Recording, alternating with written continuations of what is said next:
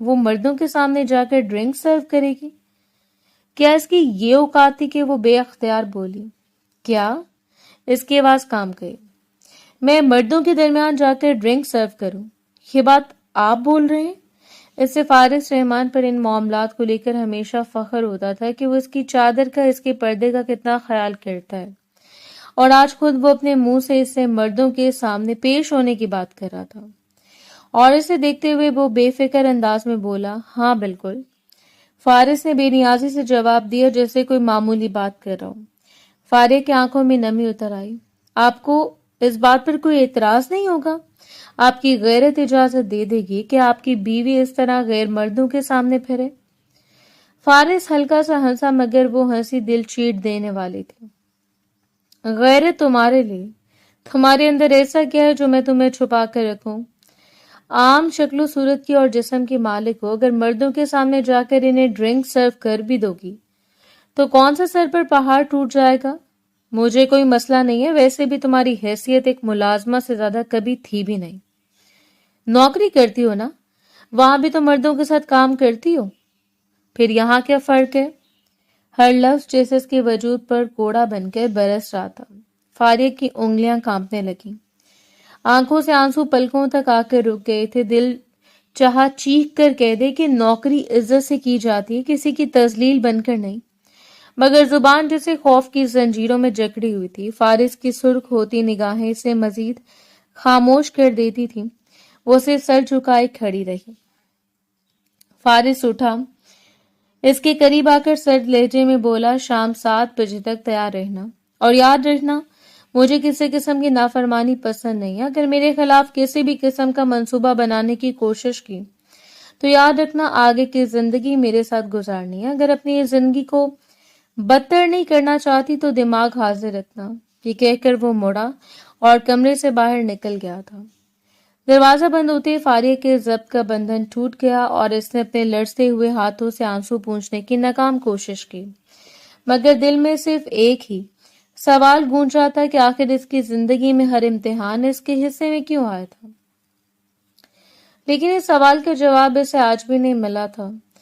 پورا دن تیاریوں میں بیت گیا، رات کے 10 بج چکے تھے۔ پورا ہال شہر کے بڑے کاروباری لوگوں سے بھرا ہوا تھا۔ مہنگے سوٹ پہنے ہوئے مرد چھوٹے چھوٹے گروپ بنا کر کاروباری معاملات پر گفتگو کر رہے تھے، جبکہ ملازمین خاموشی سے مہمانوں کی خدمت میں مصروف تھے۔ انہی ملازمین کے درمیان فاریہ بھی موجود تھی۔ اس نے سادہ گھریلو لباس پہن رکھا تھا، نہ کسی تقریب کے مطابق تیاری کی تھی اور نہ ہی چہرے پر کوئی مسکراہٹ تھی۔ اس کے شوہر نے اسے بطور ملازم بلایا تھا تو وہ بطور ملازم اس کی پارٹی میں شامل ہوئی تھی۔ ہاتھ میں ڈرنک سے بھری ٹرے تھامے وہ ایک میز سے دوسرے میز تک جا رہی تھی۔ ہر قدم کے ساتھ اسے ایسا محسوس ہو رہا تھا جیسے اس کی عزت نفس مجمع کے درمیان روندی جا رہی ہو۔ کئی لوگوں کی نظر اس پر رک جاتی تھی، وہ تھی بھی اتنی حسین، اس سے نظر ہٹانا بےحد مشکل تھا۔ وہ ایک مومی گڑیا تھی، ہاتھ لگاؤ میلی ہو جائے۔ مردوں کی نظر اسے اندر تک زخمی کر رہی تھی۔ دوسری طرف فارس رحمان اپنے مہمانوں کے درمیان کھڑا کاروباری گفتگو میں مصروف تھا، مگر حقیقت یہ تھی کہ اس کی نظریں بار بار بے اختیار فارغ کی طرف اٹھ رہی تھیں۔ وہ ہر بار اسے دیکھتا اور پھر نظریں ہٹا لیتا، جیسے خود بھی سمجھ نہیں پا رہا تھا کہ آخر وہ اس پر اتنی نظر کیوں رکھے ہوئے ہے۔ اسی دوران ہال کے دوسرے کونے میں کھڑا اس کا پرانا بزنس رائیول فہام قریشی یہ سب خاموشی سے دیکھ رہا تھا۔ اس کے ہونٹوں پر ایک معنی خیز مسکراہٹ ابھری۔ وہ جانتا تھا کہ فارس ہر چند لمحوں بعد اس لڑکی کو دیکھ رہا ہے۔ اس نے جان بوجھ کر کھیل کھیلنے کا فیصلہ کیا۔ فاریہ حسب معمول اس کے سامنے آ کر رکی اور دھیمی آواز میں بولی، سر۔ فہام نے گلاس اٹھایا مگر نظریں اس کے چہرے سے نہ ہٹائیں۔ تم یہاں نہیں ہو؟ پہلے کبھی نہیں دیکھا۔ فاریہ نے مختصر جواب دیا، جی۔ نام کیا ہے؟ فاریہ۔ خوبصورت نام ہے۔ فاریہ نے کوئی جواب نہ دیا اور آگے بڑھنے لگی تو فہام نے آواز دی، 1 منٹ۔ وہ رک گئے۔ میرے ساتھ ایک ڈانس کرو گی؟ فاریہ کے قدم جیسے وہیں جم گئے۔ اس نے حیرت اور گھبراہٹ سے اس کی طرف دیکھا۔ نہیں، معاف کیجیے گا، میں ایسا نہیں کر سکتی۔ فہام نے ہلکے سے ہنس کر کہا، اتنا شرمانے کی ضرورت نہیں ہے، صرف ایک ڈانس ہے۔ میں نے کہا نا نہیں۔ فارغ کی آواز میں خوف صاف محسوس ہو رہا تھا، مگر فہام جیسے اس لمحے کا انتظار کر رہا تھا۔ وہ آگے بڑھا اور اس کی کلائی پکڑ لی۔ چلو 2 منٹ کی بات ہے۔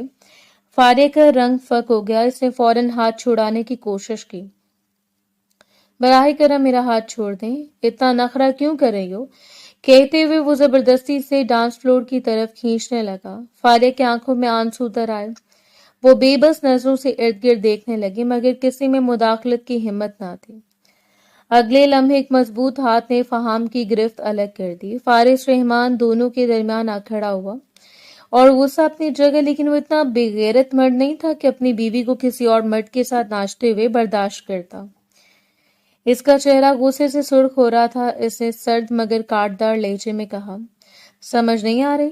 جب وہ صاف انکار کر رہی ہے تو زبردستی کیوں کر رہے ہو؟ فہام نے مصنوعی حیرت ظاہر کی۔ اوہ، تمہیں اتنا برا کیوں لگ رہا ہے؟ تمہارا اس کے ساتھ کیا رشتہ ہے؟ یہ تو ایک عام ملازمہ ہے گھر کے ملازماؤں کے ساتھ۔ لوگ مذاق بھی کر لیتے ہیں، ڈانس بھی کر لیتے ہیں۔ فارس کی آنکھوں میں خطرناک چمک ابھری۔ ملازمہ ضرور ہے، مگر تمہاری خریدی ہوئی غلام نہیں کہ تم اس کے ساتھ جو چاہے سلوک کرو۔ فہام طنزی انداز میں ہنسا۔ ارے یار، اتنا سنجیدہ کیوں ہو گئے؟ ویسے بھی کوئی ایسی حسین پری تو ہے نہیں کہ میں فہام قریشی سے خریدنے کی خواہش رکھوں۔ اس نے جان بوجھ کر لفظ خریدنے پر زور دیا تھا۔ بس سوچا تھا تمہاری ملازمت تھوڑا سا ڈانس کر لے گی۔ فارس ایک قدم اور آگے بڑھا۔ اپنی زبان سنبھال کر بات کرو فہام، ورنہ کیا کرو گے؟ فہام بھی اس کے بالکل سامنے آ گیا۔ کاروبار میں بھی ہار رہے ہو اور اب ایک ملازمہ کے لیے بھی جذباتی ہو رہے ہو۔ عجیب بات ہے۔ فارس نے دانت بھینچ لیے۔ یہ آخری بار کہہ رہا ہوں، اس سے دور رہو۔ دونوں کی آوازیں بلند ہونے لگیں تو آس پاس کھڑے مہمان خاموشی سے ان کی طرف متوجہ ہو گئے۔ ماحول یکدم کشیدہ ہو گیا۔ فاریہ چند قدم پیچھے ہٹ گئی۔ اس کے کانوں میں سے وہ اپنی تذلیل کے الفاظ گونج رہے تھے۔ عام ملازمہ، خریدنے کے قابل بھی نہیں۔ ہر لفظ اس کے دل میں تیر کی طرح اتر آتا۔ اس کی آنکھوں سے آنسو بہنے لگے تھے۔